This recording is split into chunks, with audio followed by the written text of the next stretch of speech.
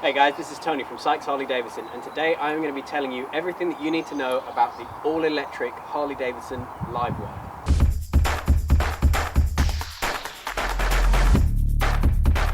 The Livewire is Harley-Davidson's flagship electric model. It's the first time that we've seen an all-electric bike from a mainstream motorcycle manufacturer, and this is an absolutely incredible machine. Before I rode the Livewire, I was really excited to ride it out of the novelty of riding an electric bike. After I rode it, I was absolutely blown away.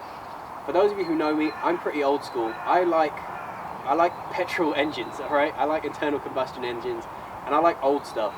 But there is absolutely no denying that riding this was an entirely new experience. Something that I loved about the Livewire was the fact that it wasn't just good for an electric bike, it was just an awesome bike. When the Livewire first came into the dealership, our most experienced technician, Tom, took it out for its maiden voyage just to make sure that everything was running as it should be. And he's worked on bikes for a really long time. He doesn't get excited by pretty much anything anymore. And he came back and we were all standing in the workshop and he said, everyone stop. Stop what you're doing, put down your tools. That's it. We're not going to sell any of that stuff anymore. We're just going to sell these. He was that excited about it. For those of you familiar with the EV experience, you'll know what I'm talking about when I say that this bike delivers power like nothing you've ever ridden before. On top of that, Harley has gone top tier on absolutely everything. So you've got fantastically powerful brakes on this, Brembo's front and rear. You've got Showa front forks that perform incredibly. You know, the suspension on this bike is absolute top tier. It's what you would expect to be seeing on super bikes and sport bikes, not on a stock Harley-Davidson. And then on top of that, you've got Harley's latest technology in terms of the HD Connect rider system, and you've got incredibly advanced electronics that I'll go into in detail to show you just how much this bike performs. From a styling perspective, I think that Harley's absolutely nailed it with this bike. It's a thoroughly futuristic, modern looking bike, but you've still got that top quality that you expect from Harley-Davidson. I could stand here all day and tell you about how awesome I think the Livewire is, but instead, let's jump straight into all of the features of this bike. The Livewire features a 17-inch front wheel, same as the rear, and it builds into that sport bike handling of this bike. You've got Michelin Scorcher tyres on there as standard, which grip fantastically. Something that I find is a really strange detail about riding an electric bike is because you don't have the sound of, you know, like an exhaust and an engine. If you're going through really sharp turns, you can hear the tyres gripping the road, and that is really, really quite odd if you're not used to it. But I really enjoyed it. Then you've got twin disc front brakes. These are the most advanced brakes we've ever seen on a Harley before. You've got 4-pot Brembo radial mount monoblock calipers. These are big, beefy brakes. As I said, this is the sort of stuff you would expect to see on a superbike, not on a stock Harley-Davidson. Of course, you've got full ABS on this vehicle as well. Moving up onto the forks, possibly the most advanced front suspension we've ever seen from a Harley before. So you've got Showa SFFBP front forks. And what that means is that you've got one that deals with your preload and then another that deals with your compression and rebound. This is fully adjustable up here. As you can see on your fork nuts, you've got the adjustment. Again, something you'd expect to see on a superbike, not on a Harley-Davidson. The suspension can of course be fully adjusted to suit the rider's preferences. However, in its stock format and its stock setup, I think this bike performs fantastically. You've got incredibly responsive, really, really good front suspension, and you've got the same in the rear. As we get to the very top, you've got this futuristic looking headlight cowl. I really love the lines in this, and I think that it flows really nicely throughout the bike. That brings us on to the front turn signals. I wasn't a massive fan of these LED Yoda's ear style indicators when I first saw the bike, but I have to admit that the more that I've been looking at it, the more that they've grown on me, and I actually think that they provide really nice sort of visual balance with the bars on this bike, and they give it a really nice sort of profile. But if you've got a better idea, drop it in the comments below of what you change these to. That brings us onto the handlebars. So you've got nice low handlebars which build into the aggressive riding position of this bike. You've got Harley's top tier switchgear on here. I like the fact that it's all solid feeling, nothing's plastic and cheap feeling on this bike. The display is a thin film transistor liquid crystal display. It is absolutely top tier, and the bike does come equipped with Harley's HD Connect service. So this is the display of the Livewire, and when you switch the kill switch to the run position, this is the screen that you'll see, and then basically it'll take you to a screen that says press start. If the side stands down on this bike, basically it won't ride. It's similar to the engine cut-off on a normal bike, so that if you've got the side stand down you can't ride away with it, obviously as a safety feature. So if you go up here to the settings tab, you press settings and it'll take you into the controls of the bike. Then you can see that you've got multiple customizable features, and if you click on the ride mode section, then you can see here you've got several preset ride modes. So you've got road, sport, rain and range. So your road mode is your everyday sort of riding, your sport mode is your more sort of aggressive riding, the rain mode is basically a more cautious style, so in adverse weather conditions it's a bit more careful. And then you've got the range mode, which is to get the longest possible sort of life out of a single battery charge. Then you've got your custom ones, and the reason I want to show you these custom presets is because you can basically change everything on these. So you've got several options with each of the customs. You can see here basically the different features that are adjusted in all of the different preset modes as well. So you've got your power output, which is your overall power output of the motorcycle, so you can limit that to say 50% of what its peak capability is, and then that will of course affect the range and top speed of the bike.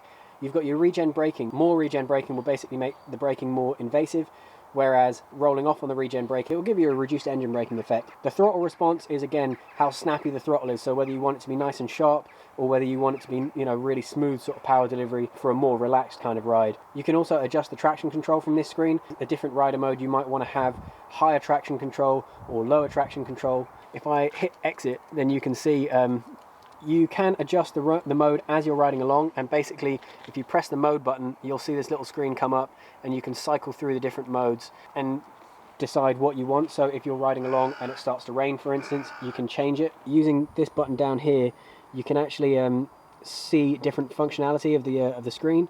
So basically you've got a few different options here, and you know, you can check your battery status and things like that. You can see, you know, how your battery temperature and motor temperature are doing, all of those things. You've got an odometer, trip A, trip B, and you can see a battery percentage. You can also see, you know, when you've got music playing through your phone or navigation, by linking the bike to your phone, you can see that through there. And then if you want to get rid of it all, you can just turn it all off and just have the speedo. I'm not really sure what to say next, because usually I'd say moving on to the tank, but we don't have a tank. So moving on to the central part of the bike, I guess. You've got this really nice cowl, and you've got your EV charging door. I'll explain a little bit about how the charging system works. In the UK, the Livewire comes with 2 levels of charging. You've got your standard 240 volt household charger. That can be plugged into any main socket. So basically, that's your primary charging method. That's what Harley recommends as their preferred option for charging, in order to make your battery live as long as it can. And that is basically an overnight charge. It takes about 8 hours for a full charge from completely dead. And then you also have your level 3 fast charger. So the fast charger is what you'll see in service stations, at electric vehicle dealerships. All Harley-Davidson dealerships that sell the Livewire now have these level 3 fast chargers, and basically that is a 60-minute charge from completely dead. Those are the numbers that Harley's given us, and from what I've been able to ascertain from people in the US who've already been riding Livewires, who've already taken collection of their bikes and owned them for a few months, they're all saying that those figures are actually pretty accurate. Moving down the bike, so you've got a lithium-ion battery here, which is the bulk of the weight of the bike.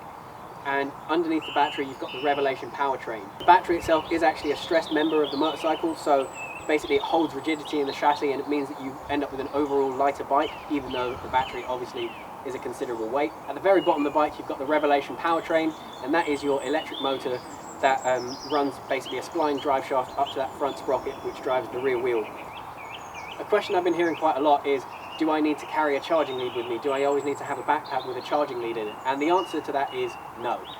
If you want to carry the charging lead with you for peace of mind, or if you're going on a longer trip and you want to be able to charge it off a 240 volt charger, then there's a little catch on the left hand side of the bike, and basically the seat lifts up, and inside the under tray there you've actually got a space for your 240 volt charger. So you can take that with you for a bit of peace of mind, or if you know that you're going to stop overnight and you want to be able to charge your vehicle off a mains charger, having that onboard storage space for the charger I think is a really nice detail. For any of you who've seen other electric motorbike manufacturers, you'll know that their solutions for taking charging leads with you aren't always the most stylish or functional. It shows that Harley's put a little bit of thought into this, and I think it builds into that sort of top tier design of the Livewire itself. And then you've got a very simple mechanism. So there's a little lock up here to stop it from slamming shut on your fingers. Close it down, push it, and it locks. And then there's a key lock on this side as well to stop people from being able to steal your charging lead. A lot of people have asked me about the sound of the Revelation Powertrain, because obviously Harley riders love the sound of exhaust noise. And the Revelation Powertrain, you know, an electric motor, it's something completely different. and the only way I can think of to describe the noise that it makes is it's almost like something out of Tron. You know, it's the sound like a TIE fighter from Star Wars, you know, those fighter sort of spaceships. It just sounds incredible, and it's really addictive, I'm warning you. But there is nothing cooler than when you're standing at the side of the road and one of these guys shoot past you, and you can just hear this really, really cool whiz, basically. A description could never do it justice, so if you want to know what it sounds like, you're just going to have to ride one. As I mentioned earlier, the power delivery of the Livewire is absolutely incredible, and for those of you familiar with EVs, you'll know what I'm talking about, but it's just absolute instant torque. Because you don't have an RPM range, you've got maximum torque from 0 RPM. It's a really difficult concept to wrap your head around, but with the electronics that are on this bike, you've got your full RDRS system, and with the traction control, it knows just how much power to put onto the ground to make you go and go fast without spinning up tyres. Being an electric vehicle, the Livewire features regenerative braking. It works just like an engine braking would. So as you roll off the throttle, you can set the regen braking to be either more invasive or less invasive, and what that means is you use the resistance of the road against that rear wheel to recharge the battery instead of using your brakes. And a nice detail about the Livewire is the fact that when you use the regen braking, when you ease off the throttle, that your brake light comes on. It's a small detail, but again, it's helping to make you safer, and I think it just shows the level of detail and commitment that went into producing this bike. Another feature on the Livewire, which goes hand in hand with the regen braking, is called torque slip drag control. I know that sounds a bit complicated, but in a nutshell, what it means is if you're coming into a corner and you're using the regen braking, then it's possible to end up with a scenario where the road surface doesn't have enough grip, and basically it would be like locking up the back wheel if you were using your brakes. So to prevent that from happening and to keep you safer, what torque slip drag control does is it actually adds in a little bit of power even when you're coming off the throttle, and it gives you maximum grip to the road. And it shows just how advanced the electronics on this bike are, and it's all about making you safer as a rider. As we come to the controls on the Livewire, the controls on here are basically rear sets, and it builds into that sporty feel of this bike. If I hop on so you can see what it looks like with someone sitting on it,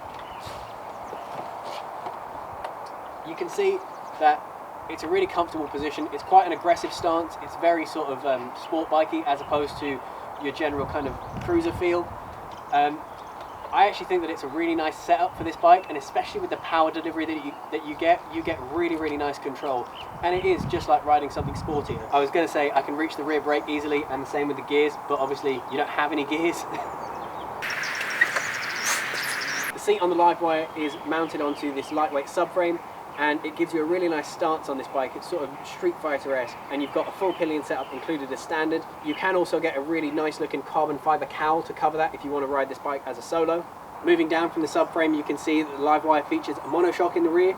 Again, this is a Showa BFRC monoshock, so that stands for balance-free rear cushion light monoshock. To give you an idea of just how responsive and performance orientated this suspension is, this is what Kawasaki were using a few years ago in the Superbike series when they were winning everything. So this is absolute top level suspension, and again it's fully adjustable, so you've got adjustable compression, rebound and preload on this shock. In its stock configuration, as I said earlier, the suspension on this bike performs fantastically, but you can fully dial it in to suit the rider's preferences and, you know, the weight of the rider, the way that you ride and where you're riding. Moving down from that monoshock, you can see we've got this really, really cool looking swinging arm. I love the way that it works. It just works with the flow of the bike, and it fits that style. Again, it's the sort of piece that you would expect to be seeing on a sportier bike, not necessarily on a Harley-Davidson. As for the rear hoop, I'm not too sure what I think about the rear hoop, if I'm being completely honest. I wasn't a massive fan of it on the FXDR, and I don't really like the number plate hoop on a Fat Bob. However, I've got to admit, I actually think it suits the profile of the Livewire quite well, especially from the rear. It gives it a really nice look. I'm sure that we're going to be seeing some aftermarket options coming in for tail tidies, and there are going to be people who are going to move that tail light up and those turn signals up onto the subframe just to show off that rear tyre and give this bike its true sort of Street Fighter stance. But I don't think it needs it. I actually really like the look of it. So feel free to light me up in the comments below. Alright guys, that's our video. I hope that you enjoyed seeing what I had to say about the 2020 all-electric Harley-Davidson Livewire. If you enjoyed this video, please don't forget to like, subscribe, share, all of that good stuff so I get to keep making them. And if you're interested in the Livewire, then don't forget that Sykes Harley-Davidson delivers nationwide. So if you want to know more about this motorcycle, then get in contact with our sales team on the number in the description, and they'll be more than happy to help you out with any questions that you've got. So, until then, ride safe, and I'll see you on the next one.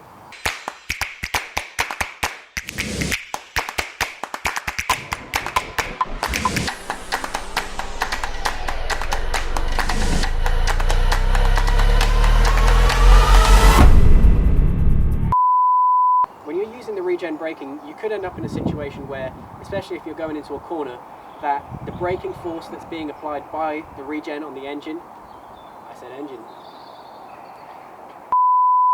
I hope that you enjoyed seeing what I had to say about the 2020 Softail.